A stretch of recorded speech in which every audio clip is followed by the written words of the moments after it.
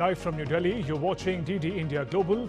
We'll get you the top stories from India and the region. I'm Shubhendu Ghosh, and for news from the rest of the world, I'm joined by my colleague Ollie Barrett in London.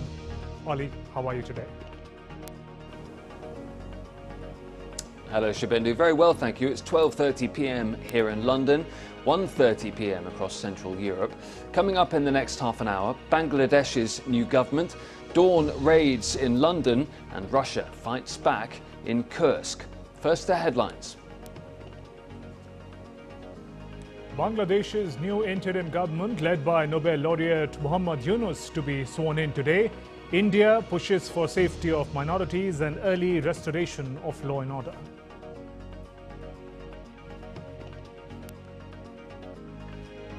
Amidst fears of a full-scale conflict with Israel, Lebanon stocks hospitals with emergency supplies. Airlines reroute flights to avoid Iranian and Lebanese airspace.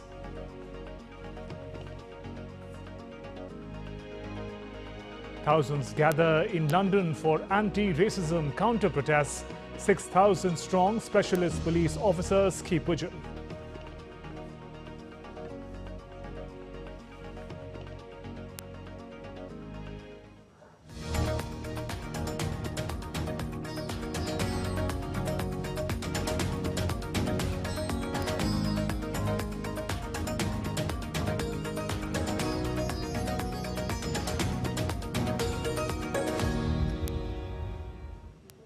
Nobel Peace Laureate Muhammad Yunus returned home to Bangladesh on Thursday to lead the new interim government after weeks of tumultuous student protests forced Prime Minister Sheikh Hasina to resign and leave the country.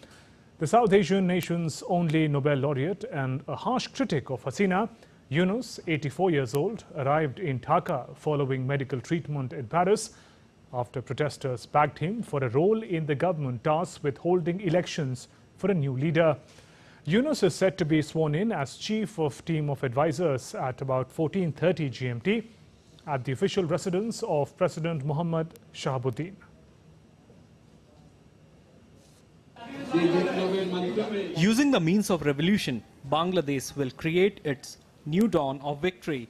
Keeping this vision ahead of us, we have to keep going ahead. I want to express my gratitude and praise the youth who have made this possible. They have protected this country and given it a rebirth, and we wish for this new Bangladesh to progress with speed. Meanwhile, Ministry of India's External Affairs held a press conference in the national capital on Thursday. Addressing the media, spokesperson Ranveer Jaiswal spoke on the ongoing crisis in Bangladesh, hoping that the country returns to normalcy soon. Certain steps have been taken by groups and organizations, and we welcome that. But we want that the law and order situation in the country improves so that normal life can begin. We are closely monitoring the situation. We are in touch with to ensure the safety and security of our missions, of our personnel who are manning those missions, and also for the safety and security of Indian nationals. Interest of the people of Bangladesh is foremost in our minds, in the mind of the government, and it's so important for the government of India and for the people of India. With regard to the status of minorities, there are also reports that various initiatives have been taken by groups and organizations to ensure the protection and well-being of the minority. I would like to reiterate what External Affairs Minister had said in the Parliament. We welcome these steps, but will naturally remain deeply concerned till law and order is visibly restored. Having said that, we also want to make it clear that it is the responsibility of every government to ensure well-being of all its citizens. We hope for early restoration of law and order in Bangladesh. And for more on the developments in Bangladesh, DD India correspondent Jessica Taneja joins us live from New Delhi. Jessica, Muhammad Yunus is set to take charge at a very critical moment for Bangladesh. What kind of experience does he bring to the job, and what will be his priorities? Well, its priority certainly would be to restore peace in the country right now. We also hear reports of certain minorities being targeted in Bangladesh, and that has been a particular concern to India as well. You heard the spokesperson of the Ministry of External Affairs and the Joint Secretary Randeep Jaiswal just tell our viewers about a while ago that they're closely monitoring the developing situation in Bangladesh and will be able to sort of talk with the authorities in case those incidents are reported. Now remember, a lot of Bangladeshi Indians who were in Bangladesh have been now back in the country.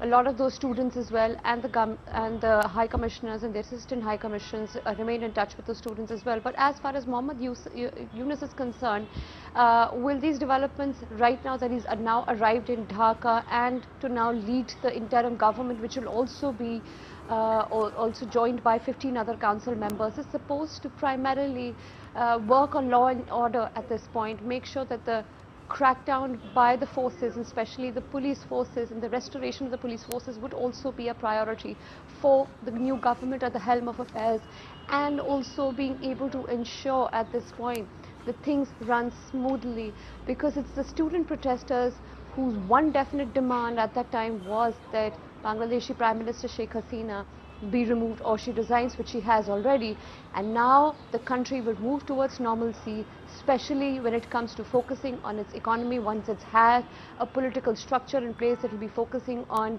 how to ensure that the students are given the kind of assurance, especially when it comes to law and order, and having having people's faith restored in the judiciary and as well as the police. That distrust, that disconnect between the system and the state and the society at large would be something that, of course, Mohammad Yunus would have to work on.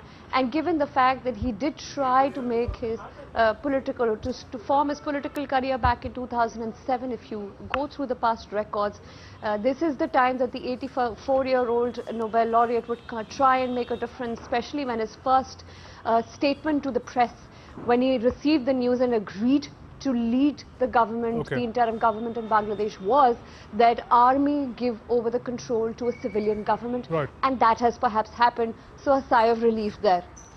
And Jessica, a little more on how India is looking at the evolving situation in Bangladesh. We heard the MEA, especially with regard to safety of its nationals.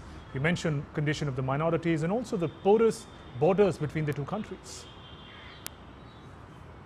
That's right. In Tripura as well, Agartala, there were reports pointing out, and of course the PSF has increased its patrols and engagement as well. And India, on the other hand, as I said and I mentioned earlier, has been watching the situation quite closely and monitoring all the developments coming out of Bangladesh, as there have been few incidents of targeting minorities in various places and people, of course those radical elements fishing in troubled waters.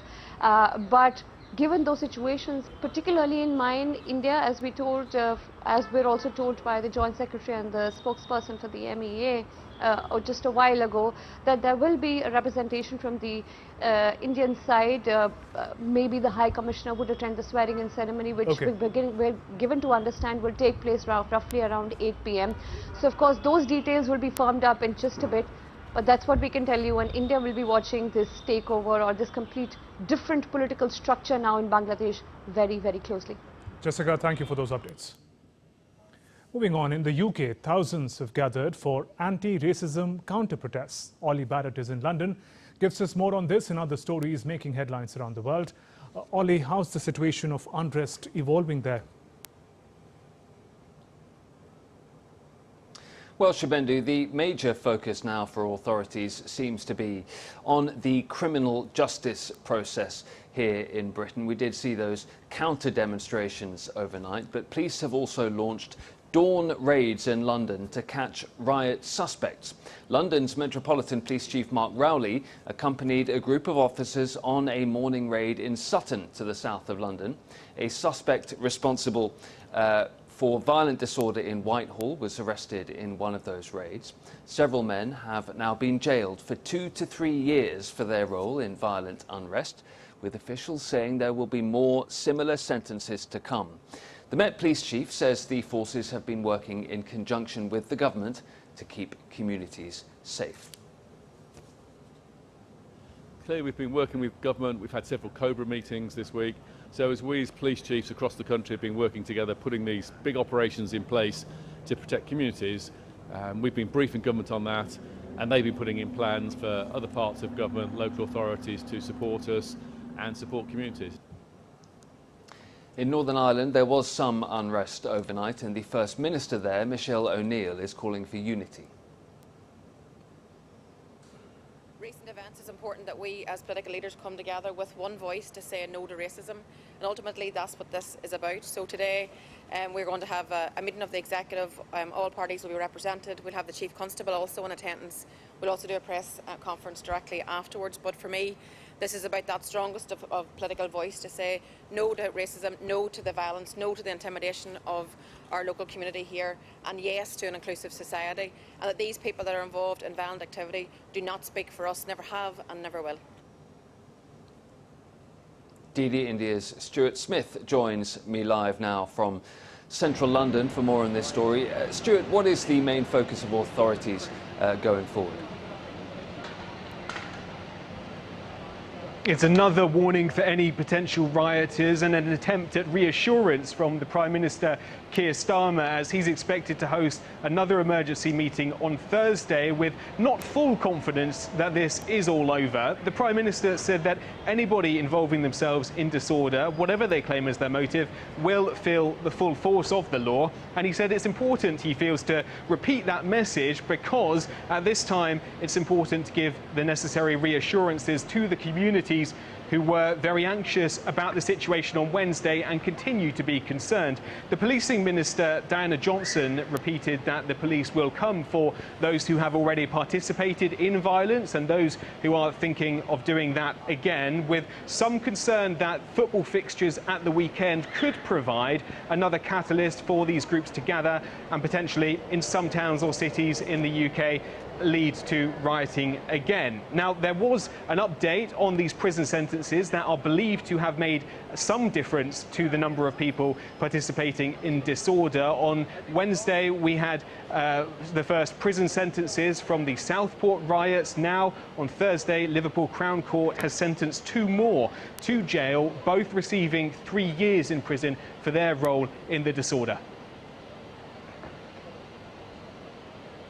Stuart Smith, thank you.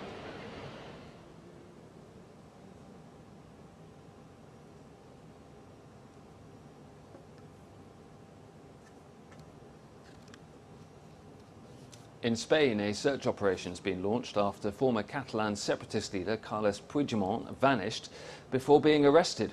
After returning to Barcelona and addressing a public rally on Thursday after 7 years of self-imposed exile, Carles vowed to thousands of followers that he would return to Spain for an investiture debate.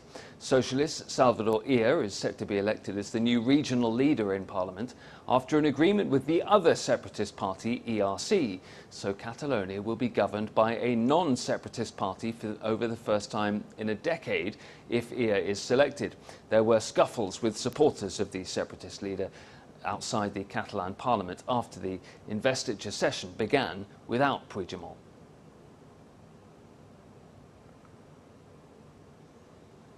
An emergency meeting has been held by the Organisation of Islamic Cooperation to discuss Iran's response to the killing of Hamas leader Ismail Haniyeh.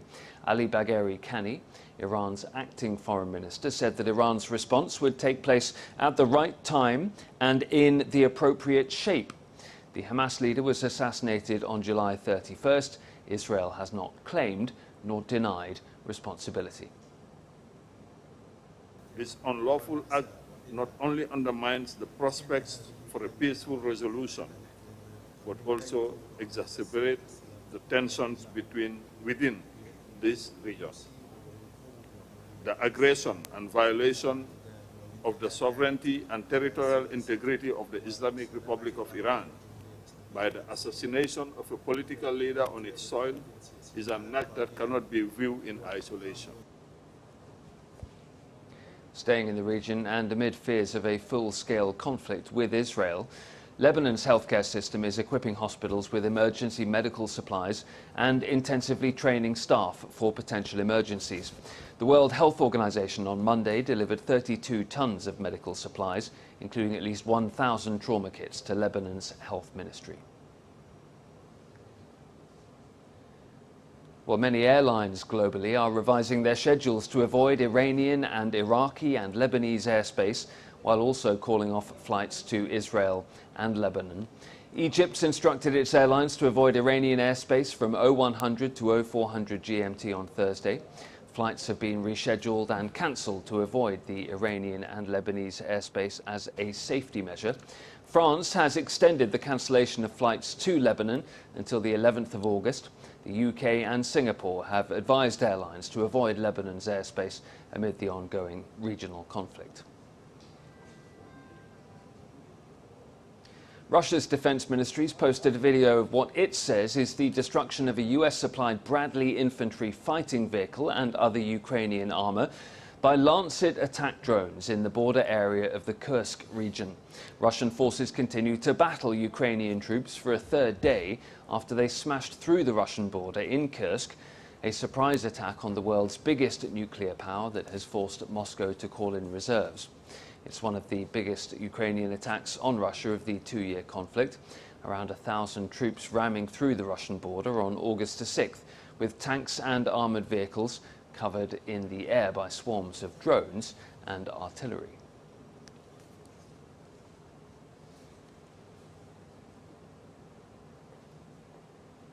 And with that, Shubendu, back to you. Thank you for joining us today, Ollie. And still to come on DD India Global. India's President Draupadi Murmu holds bilateral talks with New Zealand's Deputy Prime Minister and Governor-General to discuss the engagements ahead.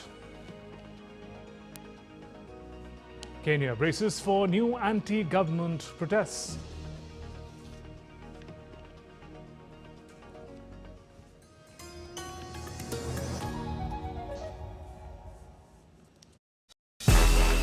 This summer, the world turns its eyes to Paris, and DD India brings you every heartbeat, every victory, and every story. Introducing our special coverage of the Paris Olympics. Experience the passion, the drama, and the triumphs. With exclusive reports, expert analysis, and up-to-the-minute updates. Join us as we bring the spirit of the Olympics to your screens. Get ready for the ultimate sporting extravaganza on DD India. DD India presents Champions Day Paris. Only on DD India. Every day at 6:30 p.m. IST, 1 p.m. GMT.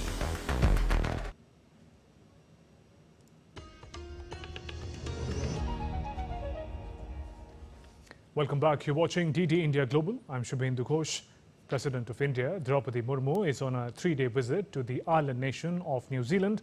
She held bilateral talks with Governor-General and the Prime Minister of New Zealand. The President also announced that New Zealand had joined the International Solar Alliance, ISA, and that a bilateral customs cooperation agreement between New Zealand and India has been signed. The President will also be addressing the Indian community tomorrow in one of the largest cities of the country, Auckland.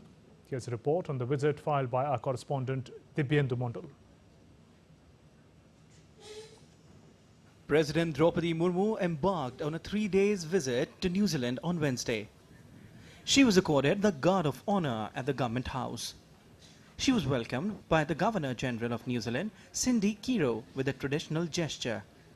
A traditional welcome performance depicting traditions from the indigenous Maori tribe of New Zealand was also showcased to the President.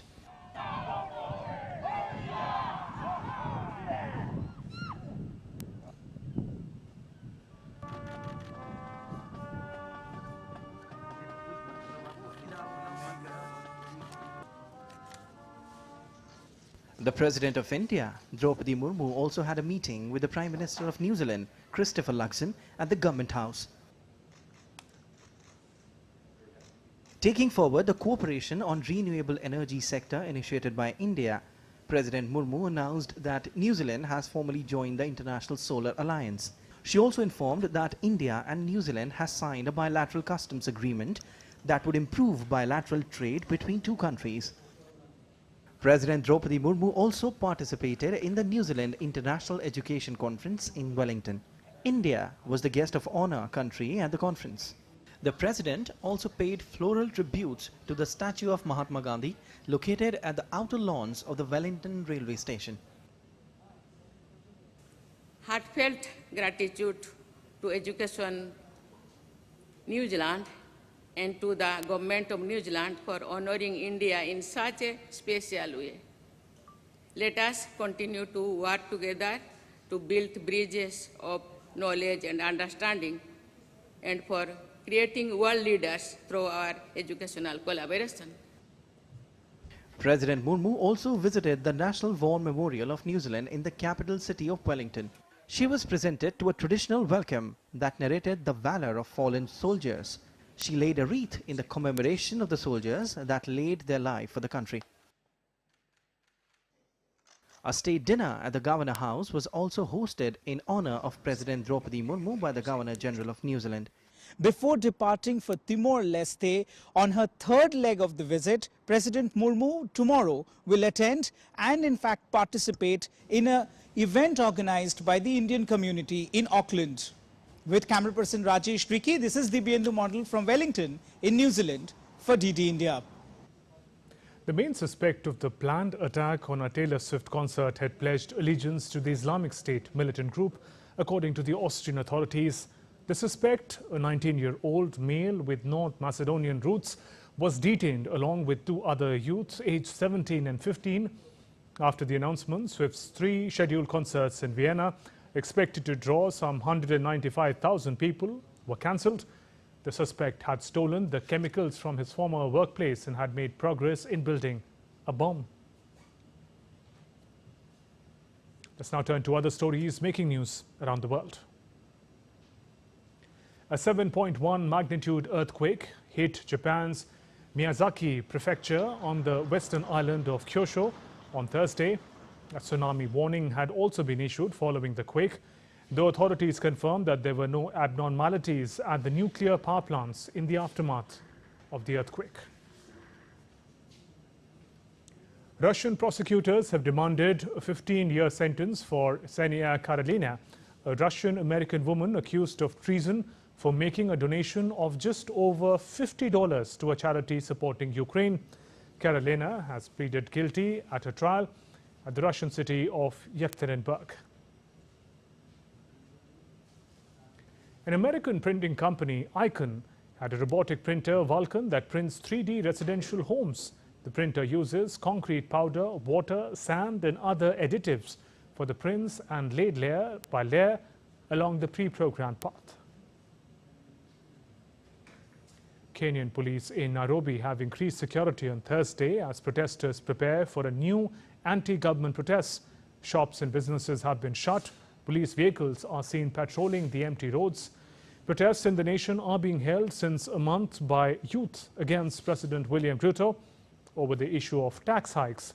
The clash has killed over 39 people in the last month.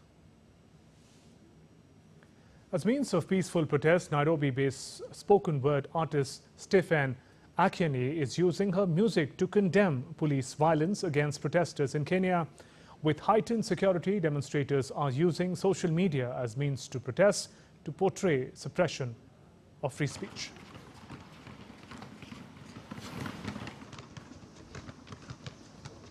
Blood bleeds. When a young blood bleeds. My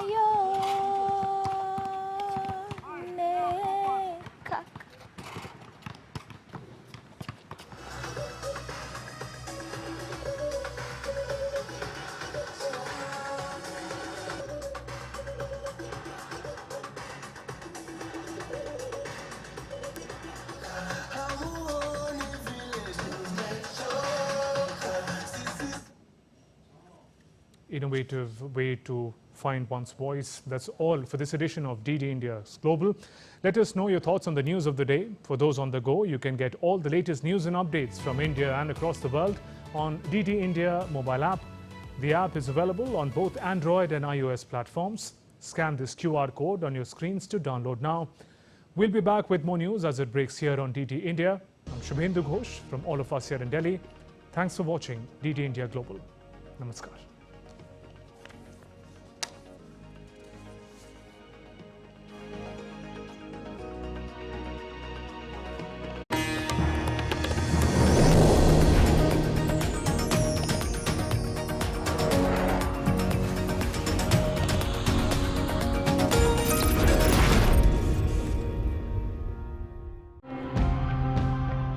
one common theme between all major cities across the world is hope and the promise of new opportunities and possibilities that gravitates people towards them. The reason why we advocate green transformations is because you can retain the building and you can actually modify. There's a lot that happens when you extract sand beyond sustainable limits. It's going to change your course of your river, it's going to widen the channel, it's going to damage, and we are paying a big price. We have 2 water reservoirs on 84 acres of land. During periods when the river water is non-saline, we store water in these reservoirs. Throughout the year, we distribute this water to residents. Tiny houses are in vogue. Less is more. Many also assume tiny homes are more eco-friendly.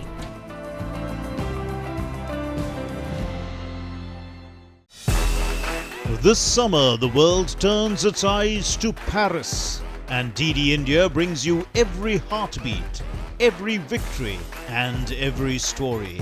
Introducing our special coverage of the Paris Olympics. Experience the passion, the drama, and the triumphs.